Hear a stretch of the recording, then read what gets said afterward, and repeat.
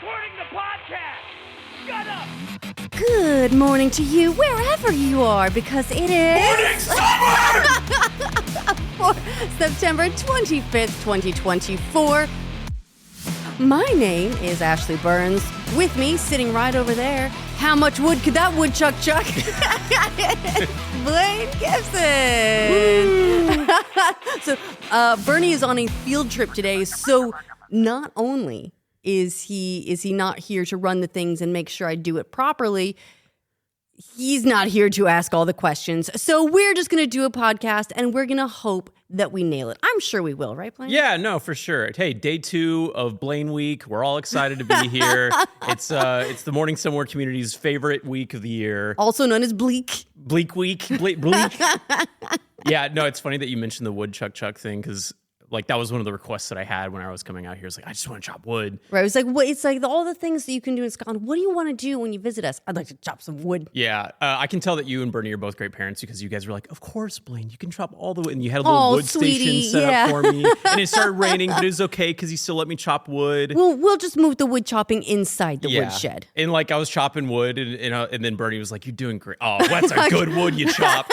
And I was just like, wow, look at you go. Yeah. I was like cosplaying a lumberjack. Like I had the plaid shirt on and everything. Did you roll up the sleeves? Oh, absolutely. Well, I started to layer back and then eventually like I was just down to a tank top and I was like, oh, so nothing like working the lumber yards, you know. Was it everything you hoped it would be? Yeah, no, and more. Except for I found this one log that was like impossible and it's still out there and I think JD's going to do it in like one chop, like no problem. Sure, just in half, there you go. But you started it for him, I'm sure. Yeah, no. It was fun though. I mean, like there's just there's a lot of fun stuff to do out here. Just enjoying the weather, even getting out of a 105 degree Austin weather is. You know, when we first moved here, a lot of people were like, "You moved here?" Mm-hmm. And we're like, "It's amazing." Yeah. And they're like, "Well, it's raining outside. It's like a little bit chilly," and everyone's like, "Why would you want this?" And we're like, "Have you been to Texas?" You guys look like picturesque too. Like you're wearing like barber jackets and you're like cool like wading boot stuff, and it's just like you guys are in your element. I saw you get out of the car the other day to chase a sheep down or something, and you're like, yeah, like you've transformed, Ashley. I don't recognize you anymore. It is really funny because you and I have done a lot of work together in very different scenarios. So we worked together a lot when we were at Rooster Teeth. A lot of it was like kind of behind the scenes stuff, like the first E3 that we did, the big one. So that was 2015, and YouTube came to us and they were like, yeah, hey, would you be interested in like hosting the stage? Because for that year they were launching YouTube gaming, and so they had a big booth on the show floor at E3. It was very fancy. It had lights everywhere and strobes and all the fancy effects that you could want. And so they had this stage, but they hadn't really planned what to do with it. And so they came to Rooster Teeth and were like, hey, would you be interested in hosting this? I don't think they anticipated what we would do with it. Yeah. I think they figured that every now and again someone would come on and do like a live stream or whatever, and then you would just like, they would go live and then it would go offline, and we didn't do that. We were like, host the stage? Yeah. And then you and I got together to produce it. Yeah. I'm just like trying to remember that back because we were talking about E3 the other night. I'm like, why me? Why'd you pick me? Because I was like, I'm happy to help. Like I think that was just like always game, and maybe I was one of the few like interns / low level like swing employees that could kind of just do whatever. But that was like, I was thrilled. That was such a fun time, but it's also like we didn't sleep. No, we didn't. That was a really educational year because what we did is we planned out this whole live stream, and we booked in some developers, and we thought, because this is the YouTube gaming stage, hey, what we'll do is we'll also book creators in, and they can do gameplay streams or whatever, and really get that sort of like the YouTube flavor. This is not just an E3 show, this is the YouTube E3 show. So we invited a lot of different creators on to have basically segments, and we would turn the stage over to them. But we, on the very first day, what we did is we kind of had these, between segments, we'd have a still frame saying, here's what's going to be coming up. But it was basically just like a blank screen that people would be staring at. And so people were dropping off, and we thought, oh no, we can't do that. So but remember, between day 1 and day 2, we completely changed the show. Yeah. No, we like upended it. I remember we were in like, what was it, the Fig? Yeah, it was the Figueroa, which is like one of the there's a couple of like very specific like E3 hotels, and the Figueroa was one that was really close to E3. And I remember we were up at 3 a.m. Yeah. Like redoing the whole thing, and we brought in a side step and repeat, and we assigned someone we completely changed the like host shift, so that there's always someone over here. So between segments, they're pulling in like random people to interview them about what they're doing at the show, or like what they're seeing or what they're excited about, so that the show never went offline. Right. It was just consistent. I mean, how many hours of programming per day? It was like 8. Yeah, right? it was like an 8-hour stream, and we had to completely redo the run of show and everything that one night. Yeah. But it worked. It was it was great, and it was that's one of the things that I remember you and I working the most closely on at Rooster Teeth was that specific E3 show. Yeah. And the 3 a.m.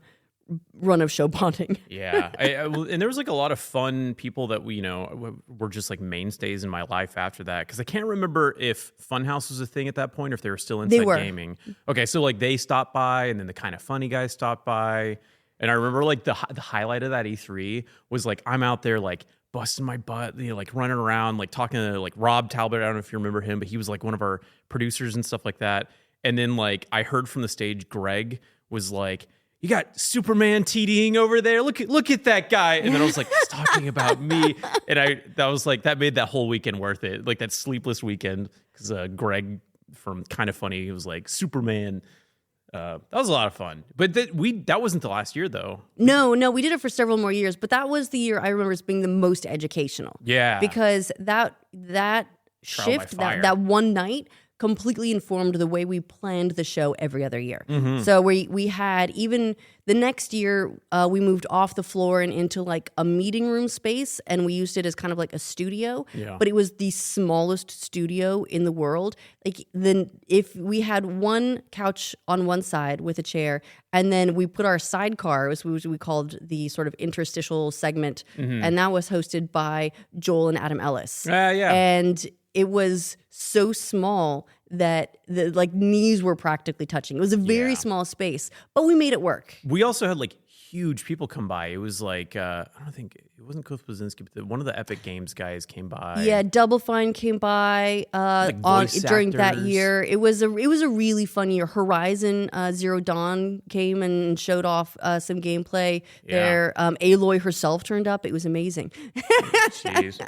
What a blast from the past. That one night that we spent in the Figueroa, like closed down restaurant lobby tables, informed so much of what we did for so many years after that. No, that was a lot of fun. Can you believe that like I hadn't started drinking coffee at that stage in my life? Oh, I my was just God. going off of sheer youth and like willpower. I didn't discover quote unquote coffee until like there was like one shoot until the second day. Yeah, right. No, it's just like it's wild thinking back like how my current day self would handle something like that. And I think like you're great under pressure. I think we handled it like handedly. Like I second day was like super smooth and it ran great. Yeah. Well, like in front of the camera, it ran great. Behind the scenes, we're like, oh God, this guy's 30 minutes late because he's coming from the Microsoft press conference. And it's like, oh no, these guys didn't do the tutorial, and so their 30-minute stream is a whole GTA tutorial because they can't get to the part that they want to stream unless they do this. And it was this we gotta ingest a bunch of footage from gameplay and get this going now. Pictures of Spider-Man, get them on there. The behind the scenes of those live streams is always held together by optimism and coffee, basically. And really bad sandwiches from like a local deli that's like, I can't remember, like convention food is a thing. And you were just like, I had like the same sandwich for 4 or 5 days in a row. And it was like, and you're grateful for it. And yet. Yeah. And yet. Yeah. It's no, that was a really fun time. So that was one of the times that we worked together most. When we did that, did you ever think, maybe one day we'll hang out and chase sheep in Scotland? No, I really didn't. And I never, just never expected you guys in this setting. It's just so cool. Like, this is going to sound wrong. You guys have been just pumping me full of alcohol, but like good whiskey.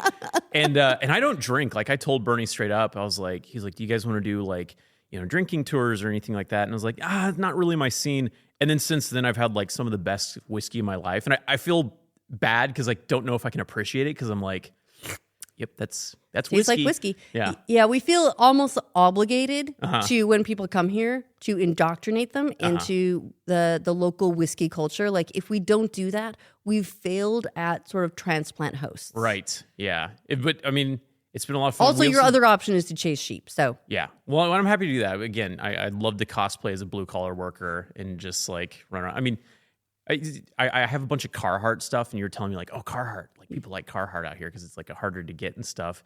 Every time I wear my Carhartts, I think about like my grandpa's ghost just being like, this guy's never looked good in his life. I always joke whenever I'm about where to are go, the calluses? Yeah. Well, I got those from weightlifting, but whenever I had like overalls, I remember like going to the studio one day because we're doing like a puppet shoot. And then I was like singing so long to my partner, Kristen. I was like, I'm going to the content mines. I'll see you later, honey. Think I got the black lung? Yeah. Oh, the puppet lung. Got all the felt in my lungs. But no, we even made what was it? Was it gin? Is that what we made? Yeah, so we've actually got gin is distilling right now. Cool. So we have this tiny still.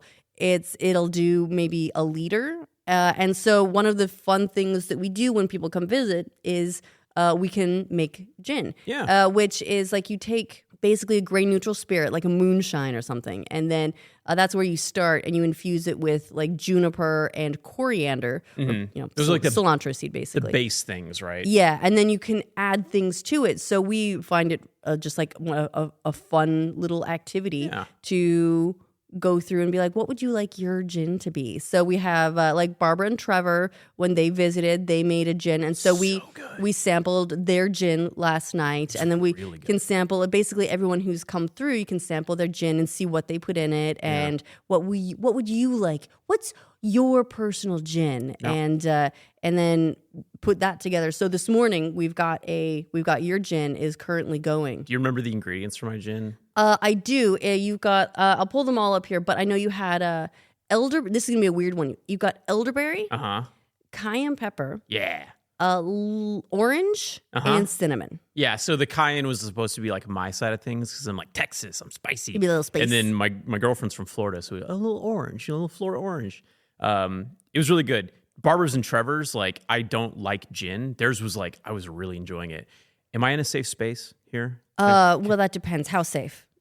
Go ahead. Can I talk about Becca's gin? And it just didn't do it for me, you know? Yeah, I'm so sorry, Becca Fraser, but that one, I think what we determined is that one had quite a lot of peppercorn in it. Yeah. And so it had perhaps a bit more bite. Yeah. Love Becca. Great person. Love to have her back on the show. Becca Week just wrapped up. It's Blaine Week now. We call that one Beak. Beak, yes. Yeah, their gin was just like, I just remember tasting it and just being like, oh, I have to text her how bad this is. Well, that's kind of the process though, right? Is you just sort of, you go, I'll try this. Yep.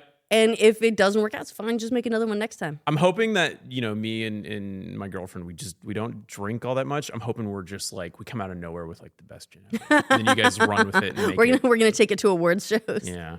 What was that thing that I had to open that this morning? Oh, so generally, when you make gin, you start with a grain neutral spirit. So it's basically moonshine, whatever, but we skip that. We skip that step and we just do a grain neutral spirit. So I've got this 5-liter big jug. And so Blaine's job this morning was to open the jug. It sounds like, oh, it's just opening a jug, no big deal. This thing is like the cap was buried between these like bevels. So you couldn't like get a sideways grip. You had to come in from top on it. Yeah, there was like an indent, so you just couldn't quite get a grip on it. And I felt once I saw you struggling with it, I felt a lot better about myself. Yeah, I almost had a hernia. I'd been struggling with it, and then I do all the girl tricks because girls develop tricks to open lids. It ranges from hit the lid on the counter, to try to break the seal a little bit, or run it under hot water. Yeah. Get a wet towel. Yep. Use all that. So like basically maximize your leverage. There's these tricks that the girls develop. And once I ran through the tricks, I did what we all do, which is went to the nearest guy and go, open this. Yeah, boy. Which in this case, this is you. Bernie's off on a misadventure. Perhaps he will be able to discuss that tomorrow. So that's why we're unsupervised. And I hope that the drops are all working correctly. I hope that this is recording because normally this is his side of the show. Mm-hmm. And I feel like an imposter. And I'm in the Ashley chair. Yes. No, you're killing it. You're in the passenger princess chair. Oh, fun. There's a little timer here and everything. No, the cap was like really tricky, and eventually we did figure it out. But didn't we also figure out? There were a couple steps to figuring it out, and the first step to figuring out was you spent 15 minutes tightening. Listen, we're in Europe, okay, and you guys do things differently. You drive on the opposite side of the road and stuff like that. So I had to test every angle, But we got it open. I had to go out to Bernie's shed to get like a power tool to get it open, but we got there. We got there. And now the gin is happily dripping into the big beaker, and then we'll sample it and see what we ended up with. Yeah, the most mid gin that you're gonna ever the toilet gin. You know what though? I feel like we're really gonna feel the strength behind it. Yeah, we were joking too. Like I was like pleading last night, but I think you would probably throw the mixture off. I was like, can I add like creatine or whey protein to this, like as an ingredient? I think we're gonna list on the ingredients like creatine. Just so you can really feel the power. This is a new thing that you can get going, which is like a line of protein gin. Yeah, which is like probably backwards because I think alcohol is probably bad for muscle growth, but what the heck, it's a fun angle. You live a little, right? Yeah. Well, I've been living a lot. This way you can get sauced and swole. Yeah. No, I mean like Bernie's trying to be so conscious of my diet because you guys have taken us to like all these amazing restaurants and pubs and stuff like that. And like the one thing that I have to get at every place is haggis. That is good stuff. So specifically haggis bonbons. So haggis is the sort of meaty, sausagey inside, but the bonbon is how it's prepared. Oh, okay. So it like looks like falafel, the bonbons, like little rounds. Yeah, they're like this little round falafel, like deep fried falafel balls. Yeah. And we've noticed that a lot of the restaurants have picked those up as starters. They're very, I feel like, gentle introduction to haggis because you can just have haggis that's just in its own like form, almost like a little like baby meatloaf. Dude, haggis is one of those things that as a child, like I was brought up to fear haggis. They're like, oh, it's made of like, was it goat stomach or goat intestines? It's made of bits. So like I remember like as a kid, like, I'll never try haggis. And then like I'm out here and like every time we see a starter menu, I was like, can we get haggis? I'll take the haggis bonbons, please. Now, have you guys talked about the hamburgers on I'm not sure. We've been, every time someone comes to visit us, we rope them into this project we have, which is identifying what makes the burgers different here. So it's strange. If you look at a hamburger here, it ticks all the boxes. It has the bun. It has lettuce, tomato, American-ish cheese, and then the patty. And it's the patty specifically, I think, that there's something different about it than an American cheeseburger. And I don't know what it is. We're still trying to identify it. So we ask everyone what they think the difference is. It's like I think you're onto something. The grinding process for the beef is different, but like beyond just texture, it just tastes different. It's not bad. It's just like it's just different. Like it tastes like I'm eating the cousin of a burger. Like I could not put into words, but like Bernie was like, you feel it, right? Like you guys were like, it's different. I feel terrible for you too, because you're just sitting there. You're like, got this burger. You're biting into this burger, and we're just watching you. Yeah. Well, I've ordered 2 burgers since I've been here because I'm just like, I gotta get to the bottom of this burger thing. Like, what is like? I'm like Pepe Sylvia at the burger, but it's delicious. All the food out here is amazing. And actually, no, I should complain more. The coffee's terrible. Oh God. You guys' fresh milk that Bernie's been making me lattes that I wake up to in the morning. Oh, terrible. The worst. I've been treated, what a dump this place is. He brings them to you in bed. He goes, here you go, Gibbs. It's a lovely time. So maybe we'll have like next year, Blaine month. And then every time I come here, I just make me chop more wood. Like I want to pretend to be a real worker boy for a while. Yeah. So when you chop wood, what's the dream there? I think the smell is what struck me. That's fun, but I think the dream is like, I don't know, you just want to be like a cool lumberjack. So we're talking like CrossFit, except cool. Yeah. I don't mess with CrossFit, but man, there is something. Did you guys ever watch Physical 100? No, what's that? Physical 100 was this Korean show, and they basically took like 100 athletes of all the various different, sports. I mean, they had like runners, wrestlers, boxers, CrossFitters, basketball players, like influencers, like random fitness influencers. And then they just pit them against each other in all these different fitness challenges to find out like what's the best athlete. They're on their second season. They're going to a third season where they're going to do like, I think like a whole like Asia physical 100. All right. Well, I mean, spoil me on season 1. Who ended up being the best rounded athlete? Well, that's the thing is every time it's the CrossFitters. They just like, they're the jack of all trades, the masters of none. So they just like excel, you know, like they might have a wrestling challenge and clearly the wrestlers are going to win on that, or the jiu-jitsu guys. But like the CrossFitters are like always the best athletes. And I hate that. So there's actually something to throwing tires around. Yeah. Do I have to do CrossFit? Do I have to, what is it, kip or whatever when I do my pull-ups? No idea. But I like some of this stuff in like CrossFit philosophy, the functional strength training. So as much as I like to make fun of throwing tires, I'm like, that makes sense to me. You're lifting and moving real weight. Well, when you guys did, I don't know if you talked about Amazing Race too much on this podcast, but like you guys trained for that, right? We did. So that one, it's funny. I sometimes am tempted to go back and watch old videos of basically the 3 months leading up to that. The Rocky montage leading up to the show. Because we weren't 100% sure we were in for a while, but we started training anyway. Smart. Because we figured if we waited, well, we wouldn't be able to get as far as we wanted to. And so, we did, like we would do strength training and then we did weird stuff too, trying to like trigger potential fears. Like we went ziplining and I took Bernie to yoga. Just anything that you like, you want to identify the weak spot. Yes, or we went to like a couples dance class. Oh, okay. To try and get the basics of that, because we're like, all right, there's always a dance challenge. Or like a singing or something like that, and there's always they do the sort of scary stuff. So there's like your cliff jumping or your zip lining or whatever it is, and so we tried to hit a bunch of those things to see if make sure that we didn't get surprised by being scared of something. That's so smart. Like you guys approach that in such a smart way. I think also like having a bit of a background in production, you guys are also like cognizant of like, okay, how do we want to be like seen in the show and stuff like that. But that Amazing Race was awesome. I'm so happy that you guys had that opportunity. Do you think that led to you guys like ending up in a foreign country, like living overseas? A little bit. I mean, we liked being able to see a little bit of everywhere. We see on that show not a lot because you're exhausted and what you get you don't absorb properly. Or you're just like rushing through like a square of some faraway city and you go, where's the thing? Yeah, you're in this like beautiful setting. You're like, where's the flag? You're grabbing locals. Tell me where they are. Where is he? So we saw a little bit. And we liked sort of experiencing other stuff. So I would say that it was part of it. Also, that was our sort of final test as a couple. Oh, like, for sure. Are we going to make it?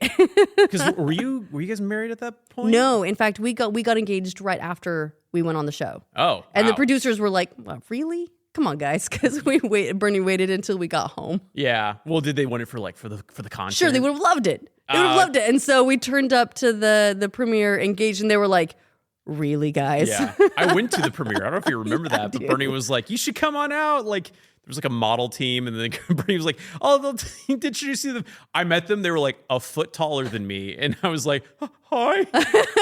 I can't remember what their names were, but it was cool. That was Brittany and Jessica. Yeah. Brittany and Jessica. Well, before we go, I want to say a quick thank you to our sponsors, Kevin Castellanos and Chris Dye. Thank you both for sponsoring this episode of our show at patreon.com/morningsomewhere. Well, that does it for us today, September 25th, 2024. It is a Wednesday, and we're going to send you out here with a little bit of music from our friends, the Saldanias. This is The Visitors with Night Stranger.